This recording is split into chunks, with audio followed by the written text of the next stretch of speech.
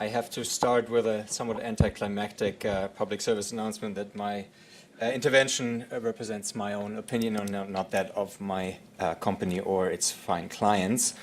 Having got that out of the way, my comments will be on the international trade implications of U.S. domestic support programs. I want to make two humble points. Number one, to amplify a message that Joe made earlier on. The U.S. domestic support continues to be eminently vulnerable to WTO challenges due to the market distorting effects that it has on world commodity markets. My second point will be, and that's riffing along something that Valeria said regarding the ministerial conference, or MC11 as we call it in the biz, and that is a concern that the current WTO ag negotiations may not reflect the latest developments in support programs and thus risk providing any multilateral discipline to those domestic support programs that most distort the world trade. So starting with my first point on the vulnerability of U.S. domestic support programs to WTO challenges, I think Joe said it, the primary vehicle for challenging market distortions from domestic support is the Agreement on Subsidies and Countervailing Measures, or SCM. What countries can do, affected countries can do, is one of two things: either allege export subsidies. Those are in recession thanks to also the advances in the multilateral negotiations, or alternatively it can raise adverse effects or raise that domestic support subsidies cause adverse effects to the interests of the affected member. And I'm paraphrasing now what the SCM agreement says under Article 5 and 6 is the affected member has to show that subsidies cause either significant price suppression in the world market for the commodity at issue, or cause the exporter of another member to be displaced, the exports of another member to be displaced or impeded in a third country market or the market of the subsidizing member.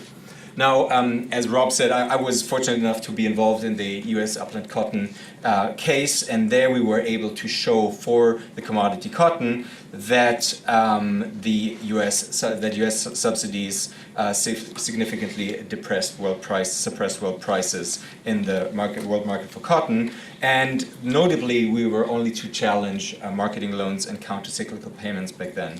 Now, there are two recent developments that I want to highlight that may make a challenge of domestic support significantly easier from the perspective of WTO members. Number one, that is an outcome of recent jurisprudence from the WTO appellate body. While in our case, the upland cotton case, the panel was able to decline to include challenges of direct payments and and crop insurance. The WTO appellate body has ruled that panels must assess the effects of all challenge subsidies collectively and look at the combined effects. So for cotton, this would mean marketing loans and crop insurance and stacks and economic adjustment assessment and so forth. The second important development is, and that is due to an internal development in the US, is that heavily subsidized crop insurance has what I would call been weaponized over the last years. It has become a major support instrument. It has changed from farm level to crop specific support. The coverage levels have increased up to 90% for cotton. It has changed or morphed from a yield to revenue protection, and more acreage has been included. And together with Dan Sumner last year for ICTSD over in Geneva, we looked at the effects that all these subsidies collectively for the commodity cotton have had on the world market for cotton. And we've come up that we found that depending on the price scenario, up to 11% of world prices were suppressed due to U.S.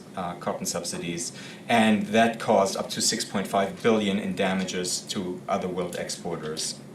Now, this can be our analysis can be replicated for other commodities, and I'm just mentioning corn, wheat, soy, rice, peanuts, and possible dairy, fruit, and vegetable, because the same logic essentially holds that we came up here. An important factor is that the majority of effects that we found were caused by insurance-like products, such as crop insurance. And so this kind of analysis can be replicated by affected countries and be brought to challenge. Now I'm running out of time, but I just want to very quickly come to my second point, and that's also related to crop insurance. That I see a serious risk that the ag negotiations that are currently ongoing are seriously behind the curve and the actual developments in domestic support. It seems to me that ag negotiations are still over blue box and price contingent target pricing based programs such as countercyclical payments, while the actual development has moved on towards crop insurance. Crop insurance, to my mind, has received little attention in the Doha development round, and to ensure that meaningful disciplines are imposed on countries, and to avoid that crop insurance subsidies will be discussed in litigation instead of in negotiations. I think the MC11 or any of the future ag negotiations should definitely cover crop insurance as well. Thank you very much.